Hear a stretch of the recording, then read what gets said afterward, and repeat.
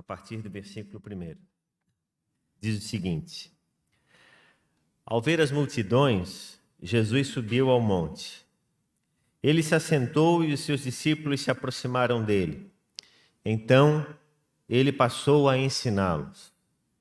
Jesus disse: Bem-aventurados os pobres em espírito, porque deles é o reino dos céus. Bem-aventurados os que choram, porque serão consolados. Bem-aventurados os mansos, porque herdarão a terra. Bem-aventurados os que têm fome e sede de justiça, porque serão saciados. Bem-aventurados os misericordiosos, porque alcançarão misericórdia. Bem-aventurados os limpos de coração, porque verão a Deus. Bem-aventurados os pacificadores, porque serão chamados filhos de Deus. Bem-aventurados os perseguidos por causa da justiça, porque deles é o reino dos céus. Bem-aventurados são vocês quando, por minha causa, os insultarem e os perseguirem, e mentindo, disserem todo o mal contra vocês. Alegrem-se e exultem, porque é grande a sua recompensa nos céus, pois assim perseguiram os profetas que viveram antes de vocês. Vocês são o sal da terra. Ora, se o sal vier a ser insípido, como lhe restaurar o sabor? Para nada mais presta, senão para, lançado fora, ser pisado pelos homens. Vocês são a luz do mundo. Não se pode esconder uma cidade situada no alto de um monte, nem se acende uma lamparina para colocá-la debaixo de um cesto, mas num lugar adequado, onde ilumina bem todos os que estão na casa. Assim, brilhe também a luz de vocês diante dos outros, para que vejam as boas obras que vocês fazem e glorifiquem o Pai de vocês que está nos céus. Vamos orar? Senhor, nós te damos graças por essa hora e com reverência nos colocamos diante da Tua palavra, suplicando a iluminação do Teu Espírito sobre as nossas vidas. Ajuda-nos, ó Deus, a compreendê-la. Assim oramos em nome de Cristo Jesus. Amém. Sermão do Monte, um sermão que eu diria um dos principais escritos ou pregados por Jesus. Ele tem uma importância singular, porque ele foi escrito, foi transcrito, vamos assim dizer, na sua totalidade. E ele vai do capítulo 5 de Mateus até o capítulo 7. Esse é um dos temas que eu mais gosto de falar e volta e meia eu me reporto a esse texto, porque é no Sermão do Monte que Jesus apresenta a ética do reino de Deus. É no Sermão do Monte que Jesus ensina os seus discípulos a viver o Evangelho de modo prático, a ter uma fé que se conecta com os pés no chão da existência, a fugir de toda aparência e valorizar a essência, a viver na dependência total da graça de Deus e confiar cada vez menos no seu próprio esforço, no seu próprio empenho. É no Sermão do Monte que Jesus fala para os seus discípulos que eles manifestem a luz de Cristo no mundo, que eles sejam de fato a diferença no mundo de indiferença, que eles vivam o Evangelho de modo a contagiar positivamente aqueles que estão próximos de nós e daqueles que ouviam na época. Jesus, como um mestre por excelência, se posiciona numa condição até de um rabino. Ele era tratado de rabi, de mestre. O seu conhecimento era patente, era visível a todos os homens e mulheres que se encontravam com ele. Então Jesus, ao falar o Sermão do Monte, ao proclamar o Sermão do Monte, ele sabia que estava diante de um grande desafio, o desafio de mostrar para os seus discípulos o que era necessário para de fato serem chamados seguidores e seguidoras de Cristo Jesus. Então, se você quer ser de fato um discípulo de Jesus, você é obrigado a ler o Sermão do Monte. Você não pode ser um discípulo de Jesus se você não conhece o Sermão do Monte. Você tem que saber tudo aquilo que consta lá no Sermão do Monte. Então, dever de casa para essa semana. Leia o Sermão do Monte, capítulos 5, 6 e 7 do Evangelho de Mateus. Muita gente não conhece, ou a gente conhece muitas vezes apenas pedaços, partes desse sermão. E às vezes nos remetemos, falamos de algumas partes desse texto, mas não sabemos que eles compõem esse importante texto que as Escrituras nos apresentam.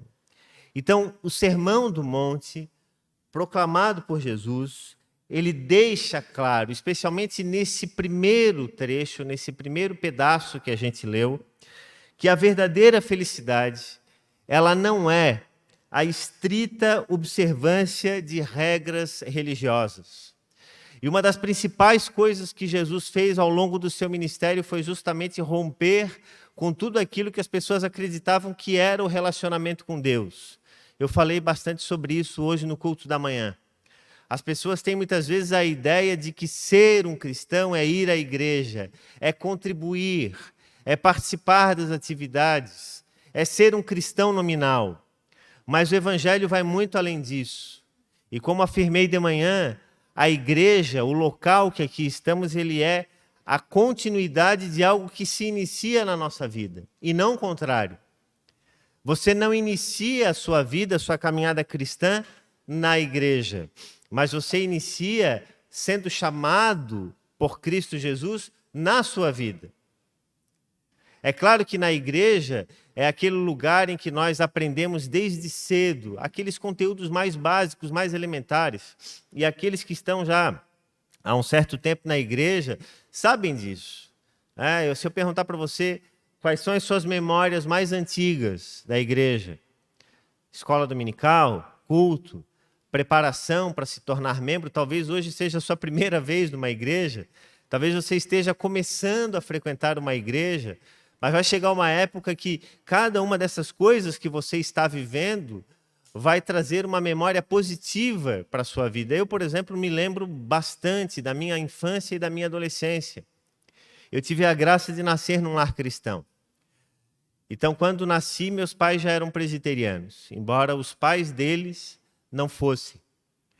Mas quando eu já nasci, vamos assim dizer, como se diz, né, dentro da igreja, praticamente, sabendo das coisas, e muito daquela experiência que a gente vai adquirindo ao longo da vida é resultado justamente daquilo que se aprendeu, daquilo que se ouviu ao longo dos anos na vida que a gente vai tendo dentro da comunidade. Eu nasci e me criei na Igreja Presbiteriana do Estreito, aqui do lado, né, do outro lado aqui da ponte. Né? Lá foi o local em que eu e a Renata, né, nascemos, crescemos e fizemos a nossa profissão de fé. Antes fomos batizados, saímos casados de lá. Né? Então, a história, por exemplo, familiar da Renata, ela é mais antiga que a minha. A Renata deve ser a sexta, a Ana Luísa deve ser a sexta geração de presbiterianos. Né? Mas, olha só, nenhuma dessas coisas, e eu falei sobre isso hoje de manhã, tem relevância se o Evangelho ele não é uma realidade na nossa vida, uma realidade existencial. Então, o que Jesus fala a partir desse texto que a gente começou a ler e que nós estamos estudando e refletindo sobre ele nessa noite, é que a observância de atos religiosos não nos torna pessoas melhores, mas é a sensibilidade em relação à palavra e o que o Espírito Santo fala aos nossos corações e mostra-nos o que fazer ao longo da nossa vida, ao longo da nossa caminhada. Esse é, sim, o verdadeiro gesto, é, de fato, ser cristão. Uma transformação profunda do caráter, operada por Deus em nós. E eu gostaria de falar essa noite com você sobre os pilares para uma vida plena. E por que pilares? Porque pilares são aquelas vigas que sustentam uma estrutura, mas elas não são a base. Elas simplesmente suportam algo que está construído em cima, mas abaixo dos pilares está uma fundação. Então eu entendo que essa fundação é a palavra de Deus, é a nossa vida espiritual. Esses pilares são a palavra, né, que ajudam, que crescem, que fazem com que aquilo se levante pela terra e que sustente a nossa vida, que é a nossa casa espiritual. Então a base é a nossa vida como um todo, a nossa vida cristã. É o evangelho sendo vivido na sua mais profunda consciência. Algo que muitas vezes pode parecer difícil, complicado de se entender, mas é tão simples de se perceber. Pilares para uma vida segura, pilares para uma vida feliz. Nós precisamos construir a nossa vida espiritual sobre uma fundação sólida. E o final do Sermão do Monte, Jesus nos mostra sobre isso, porque é lá no final desse sermão que Jesus chama a atenção dos seus discípulos dizendo o seguinte: e aí? Você constrói a sua casa sobre a rocha ou sobre a areia? E é então nesse contexto que Jesus está falando sobre coisas e realidades extremamente importantes. E uma das primeiras coisas que eu gostaria de falar para você aqui nessa noite é que para que nós tenhamos, sim, uma vida plena e sustentada na palavra, nós devemos ter, em primeiro lugar, uma visão correta e adequada sobre si mesmo. E eu te pergunto, qual é a visão que você tem sobre si mesmo? A sociedade que a gente vive é uma sociedade que superestima a aparência, que supervaloriza a aparência. E é importante que a gente tenha cuidado com a aparência, sim. Mas ela não pode ser a razão da nossa existência. Porque existe muita gente que tem aparência, mas não tem essência. Tem muita gente que tem apenas o que mostrar na aparência, mas não tem o que demonstrar em termos de ações e gestos cotidianos. Então o versículo 3 nos mostra que Jesus chama a atenção dos seus discípulos dizendo o seguinte: bem-aventurados os pobres em espírito, porque deles é o reino dos céus. E que pobreza é essa que Jesus está falando? Existe muita gente que defende aqui a ideia de uma pobreza material. E pode-se, de alguma forma, compreender isso. Mas a pobreza que Jesus está falando aqui é uma pobreza de humildade, de consciência da sua condição diante de Deus. Então, o fato de você ser rico materialmente não te torna indigno de receber o reino de Deus. E não é porque a pessoa é pobre que ela se torna mais digna de alcançar o reino dos céus. Então, o que Jesus está falando aqui não é sobre pobreza e riqueza material, mas ele está falando aqui sobre humildade, sobre a forma como nós nos vemos, sobre a forma como nós nos enxergamos em relação à vida. A ideia de sermos honestos conosco mesmo, de não buscarmos apenas aquilo que está na aparência. E para que a gente tenha uma visão adequada de nós mesmos, nós precisamos, como disse, nos conhecermos, nos aceitarmos. E assim, então, nós vamos compreendendo o que é a verdadeira felicidade. Porque a verdadeira felicidade não é aquela que faz tudo para buscar o seu bem e não se ocupa de maneira alguma com aquilo que o outro passa. Para o cristão, a felicidade é um conjunto de ações. E não é apenas um instante, uma atitude, um gesto circunstancial. Não é apenas aquele momento, porque momentos, circunstâncias felizes são coisas positivas. Todos nós passamos. Quando nós vamos à praia, quando nós vamos comer um lanche, quando nós vamos ao cinema, quando caminhamos na praça, quando fazemos uma caminhada, brincamos com os nossos filhos, com os netos, quando saímos com o marido, com a esposa. Esses são momentos felizes, mas a vida cristã ela não é composta só por momentos assim. Ela é composta, eu diria, majoritariamente por momentos de luta, por momentos de grande luta. Preocupações, ocupações da mente. Então, por você conhecer a dificuldade dos seus dias, a luta que é viver o dia a dia, você busca então ter momentos felizes e alegres. Mas essa não é uma busca que deve ser apenas para a gente, como pessoas. Mas a gente também deve buscar a felicidade daqueles que estão próximos de nós. Aqueles que de repente estão junto conosco na nossa casa, ou na nossa igreja, ou na nossa comunidade, ou na nossa sociedade. E aqui entra muito também a questão da responsabilidade que nós, como cristãos, temos na igreja e na sociedade que vivemos. Cada gesto, cada ação nossa no mundo que vivemos reflete de alguma forma o ganho ou a perda daquele que está próximo de nós. Se você anda pela rua e passa num determinado lugar, compra um picolé, chupa aquele picolé e joga o papel na rua, alguém algum dia vai ter que juntar aquele papel.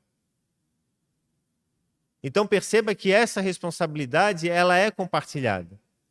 Então, se eu e você não fizermos das pequenas coisas da nossa existência uma obrigação, um cuidado, isso pode se desdobrar em grande prejuízo. E é interessante, porque se eu recolho, ou se eu coloco o papel, por exemplo, que eu iria jogar no chão no lugar devido, eu não estou fazendo isso por mim, mas eu estou fazendo isso pela minha filha, pelos meus netos, pelas gerações que virão. Então, o cristão, ele tem uma visão sobre si mesmo, sobre as suas limitações, sobre a sua fugacidade. Nós somos passageiros. A nossa vida é transitória. Então, nós temos que compreender que nós temos uma missão a cumprir aqui nessa vida. E que nós temos obrigações não apenas conosco mesmo. O nosso mundo é um mundo que se preocupa exageradamente consigo mesmo. As pessoas se preocupam exageradamente consigo mesmos.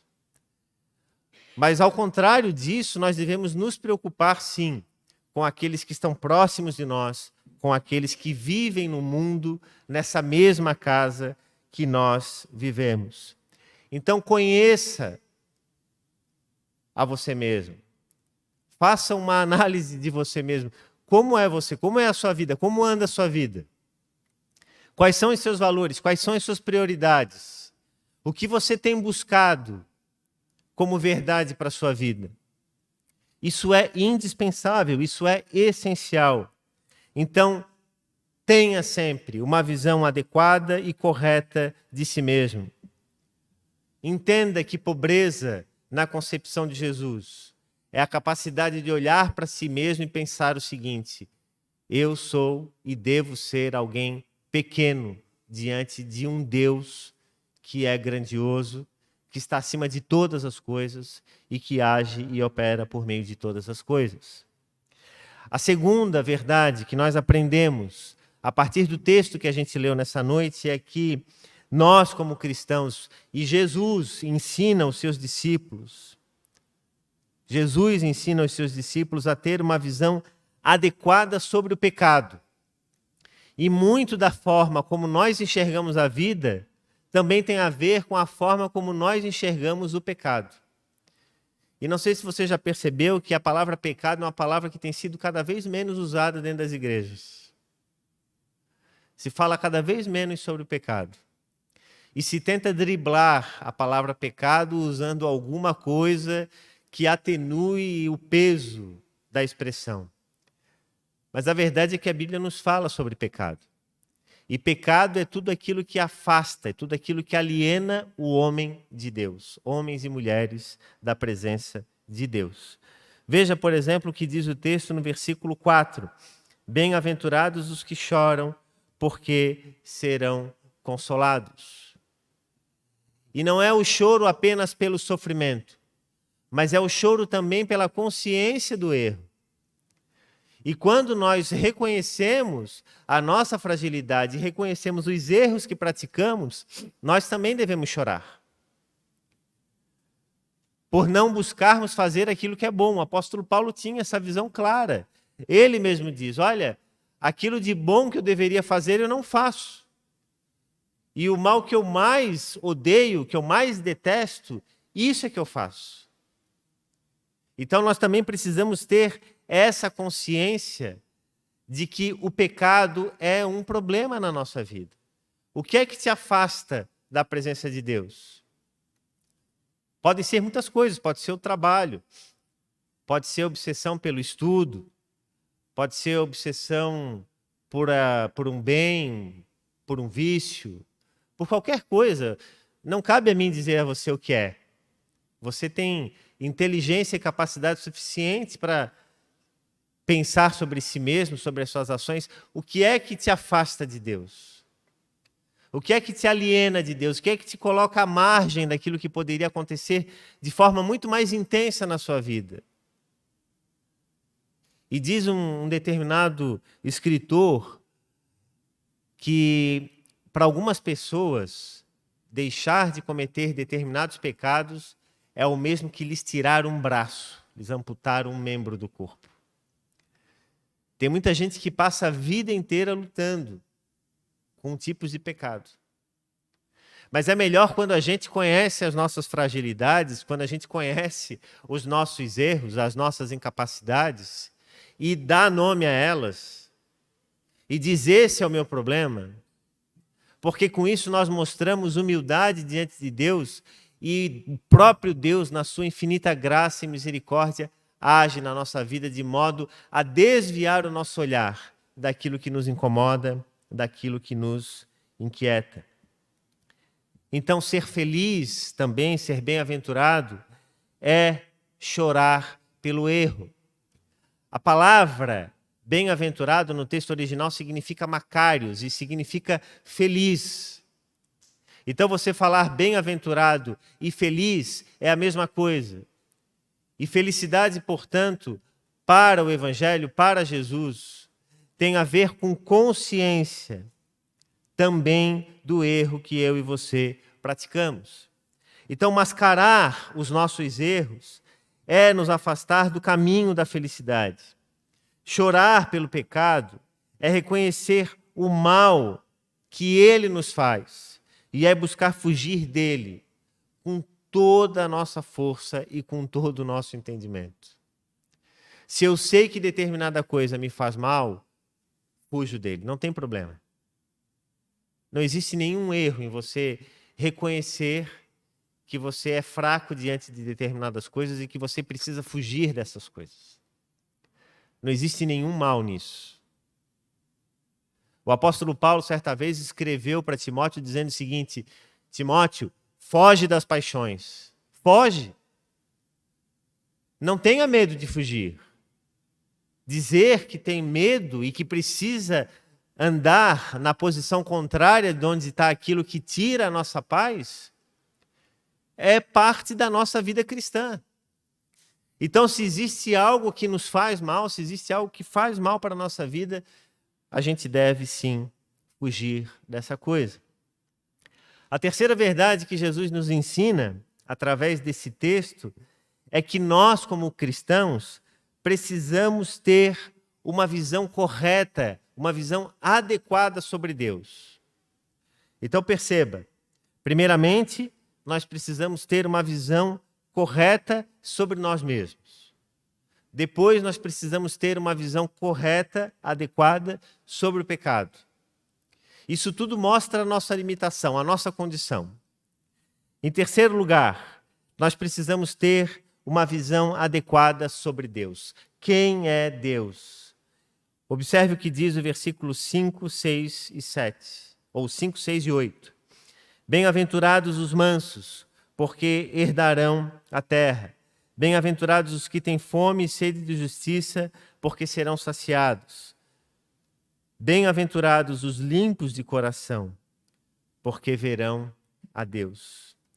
Feliz é aquele que entregou a Deus todo o seu desejo de governar a sua vida. Então, conhecer o lugar de Deus significa que Ele, e essa é uma expressão que eu gosto muito de dizer, que Deus está acima de todas as coisas e que age e opera por meio de todas as coisas. Esse reconhecimento do tamanho de Deus é exatamente tudo aquilo que a gente precisa para conhecer mais e viver melhor na presença dEle. Manso é aquele que não luta para conduzir o seu próprio caminho, o seu próprio destino, as suas próprias vontades, mas compreende com temor diante de Deus qual é o caminho que Deus escolheu para ele.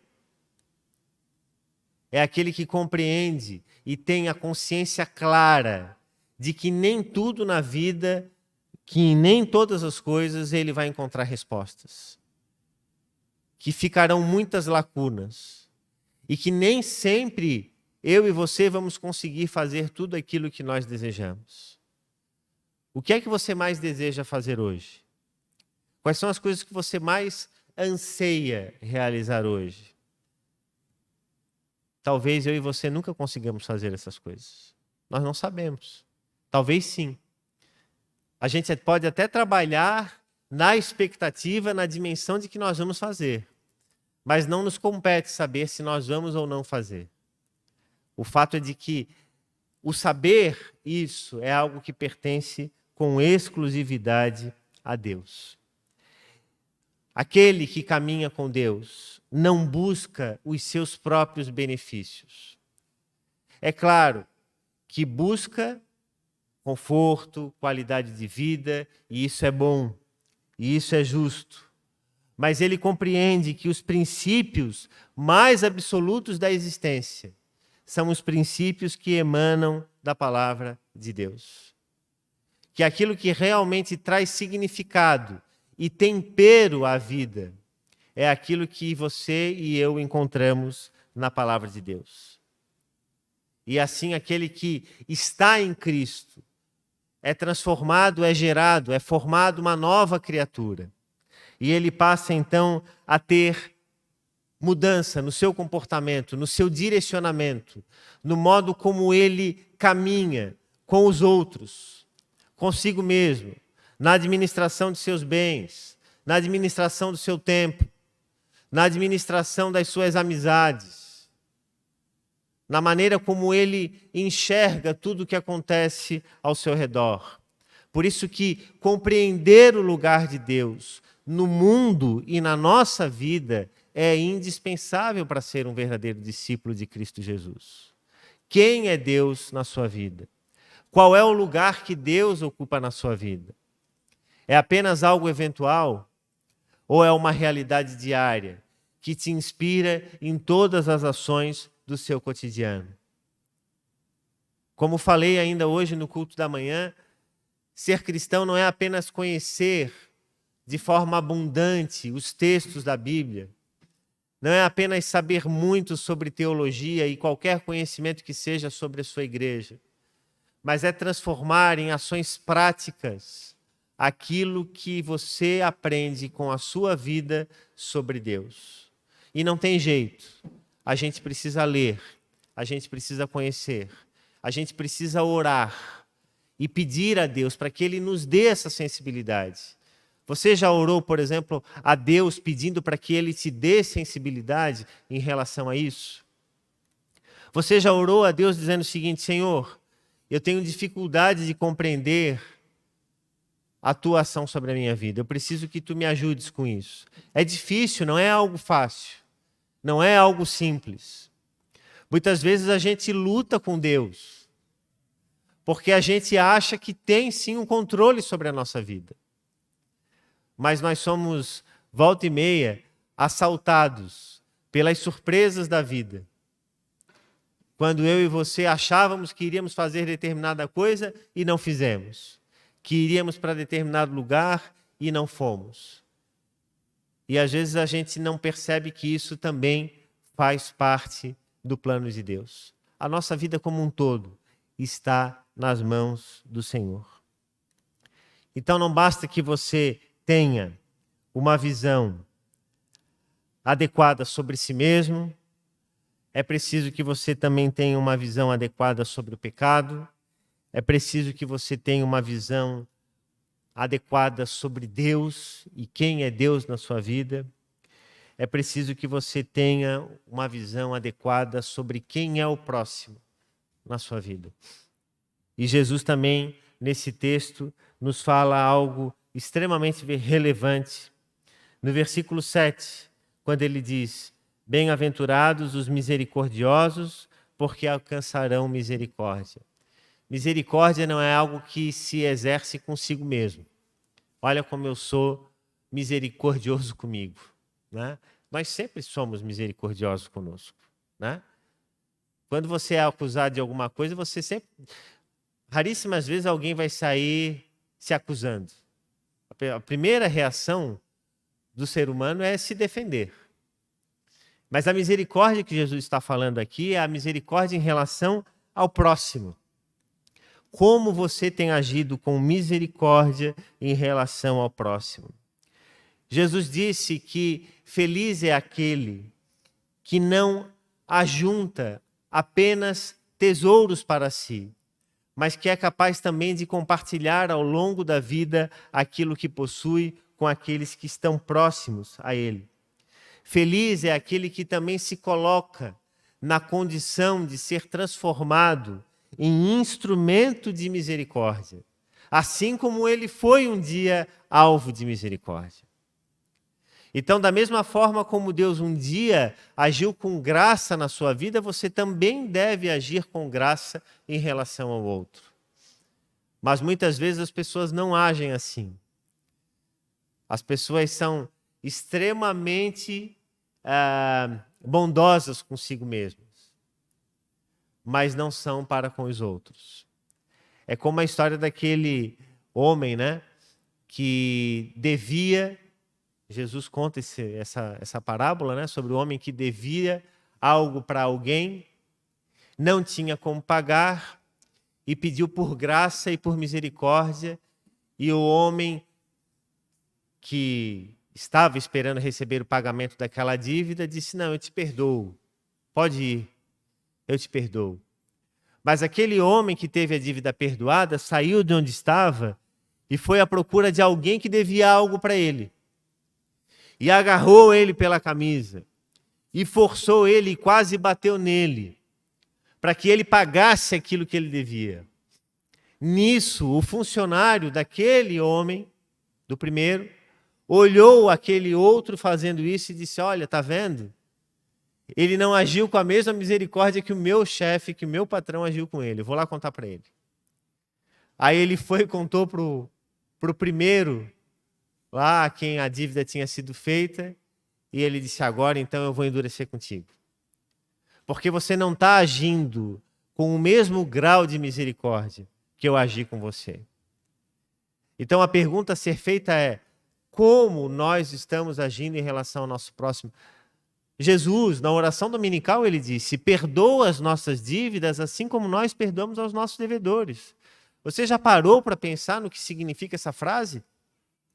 Jesus está dizendo claramente: Senhor, quando o Senhor me perdoar, o Senhor me perdoa do mesmo tamanho que eu perdoo o meu irmão. Ou seja, se eu não perdoo alguém, o Senhor também não me perdoa. É isso que Jesus está dizendo. Perdoa as nossas dívidas do mesmo modo que nós perdoamos os nossos devedores. Compreende, então, a dimensão de olhar para o próximo? Esse é um pilar indispensável, o pilar da alteridade. Para que coisa mais importante do que a alteridade no nosso tempo? Olhar para a necessidade do outro, para a fragilidade do outro, compreender o que o outro precisa, o que o outro necessita. É claro que eu e você não temos como abraçar o mundo. Não temos como resolver o problema de todo mundo. Mas naquilo que for possível para eu e você fazermos a diferença, nós não podemos, nós devemos fazer. A felicidade, portanto, ela está justamente nesse gesto de dar, a graça. Porque a graça de Cristo, ela veio a nós de forma voluntária, ela foi dada a gente. Então isso muda por completo a nossa relação com as pessoas. Eu tenho uma dificuldade tremenda, muitas vezes, de ver pessoas que, nas coisas mais simples, são extremamente duras com o seu próximo. Que não têm a menor voluntariedade. Eu não estou dizendo para você que você e eu devemos, assim, aceitar tudo aquilo, todas as ofensas que praticam a nós. Existem situações que são difíceis. Sim, muitas situações que são difíceis. Um pai que perde um filho para alguém que tirou a vida desse filho, como exercer o perdão numa situação como essa não é algo fácil. Mas perdoar não significa esquecer. Perdoar significa lembrar sem raiva. Quando a gente é convidado a perdoar, a gente não é convidado a esquecer. Não é como um celular, como um aparelho que você reseta. Nós não temos essa função. Não temos esse botão em nós. Nós nos lembramos. Então, quando uma pessoa nos ofende, nos machuca, nos faz algum mal, aquilo fica. Mas a gente tem que orar para Deus, não pedindo para que Deus apague aquela memória de nós. É impossível. Deus não vai fazer isso com você. Deus não faz isso com a gente. Ele não invade a nossa individualidade. Isso faz parte da nossa vida, faz parte da nossa história. O que Deus faz é tranquilizar o seu coração e mostrar que você pode viver, ainda que alguém tenha te ofendido, ainda que alguém tenha te machucado. Eu lembro de muitas situações que naquele momento me trouxeram tristeza, decepções, situações difíceis. Você também deve ter muitas situações assim. Mas a vida continua. O problema é que tem gente que se assenta sobre esses problemas e não faz mais nada. E que vive exclusivamente sentado sobre o passado. Ou demasiadamente preocupado também em relação ao futuro. Então, quando tivermos que olhar para o próximo, olhemos com graça e com misericórdia, da mesma forma que Deus em Cristo Jesus olhou para nós. Feliz é aquele que se aproxima das pessoas, caminhando em direção à reconciliação.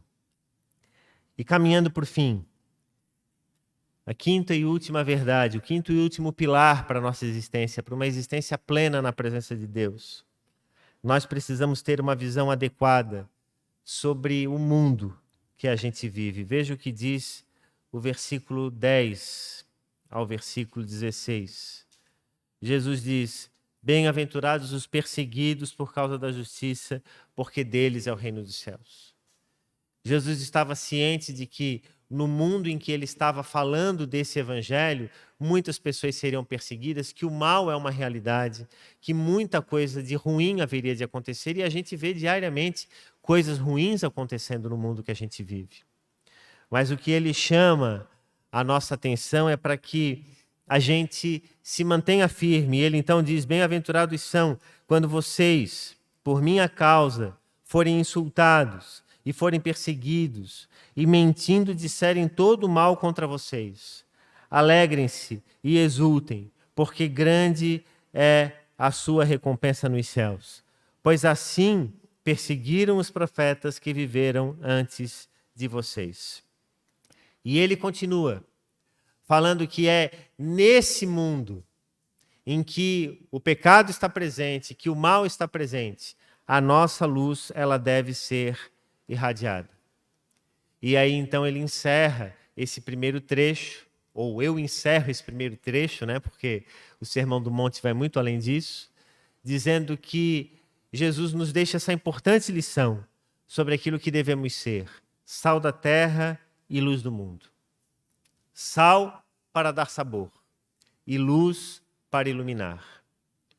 O sal ele serve para dar sabor. E eu já disse isso aqui outras vezes. Você não vê o sal na comida. Se você ver o sal na comida, você nem come a primeira colher de comida, porque é impossível. O sal ele serve para temperar. E assim, portanto, nós como cristãos e cristãs devemos ter uma ação temperada, especialmente nesse mundo que vivemos. especialmente nesse ano que se inicia, que a nossa presença seja uma presença temperada. E mais do que tempero, que nós possamos irradiar a luz de Cristo. Não aquela luz que fica escondida dentro de casa. Mas Jesus disse, se vocês são a luz, vocês têm que ficar num lugar de destaque. Para que essa luz irradie para os outros e os outros vejam que existe luz para poder seguir. E para que os outros vejam a forma como vocês estão vivendo, a forma como vocês estão buscando esse evangelho e se inspirem a fazer igual. Veja a riqueza de conteúdo que a gente tem em poucos versículos. E eu encerro perguntando a você, a sua vida inspira a vida de outras pessoas? Pautado nesses pilares importantes que a gente viu aqui, que são necessários para a nossa vida espiritual, qual desses você precisa trabalhar mais? Qual deles? Quais desses pilares você precisa rever? A visão sobre si mesmo? A visão sobre o pecado? A visão sobre Deus? A visão sobre o próximo? A visão sobre o mundo que você vive? Essas coisas a gente tem que estar sempre revisitando, repensando, para saber se realmente a nossa vida anda em conformidade com a palavra de Deus. Que Deus nos ajude e nos dê força a viver esse evangelho, não apenas no discurso, mas acima de tudo na prática. Amém.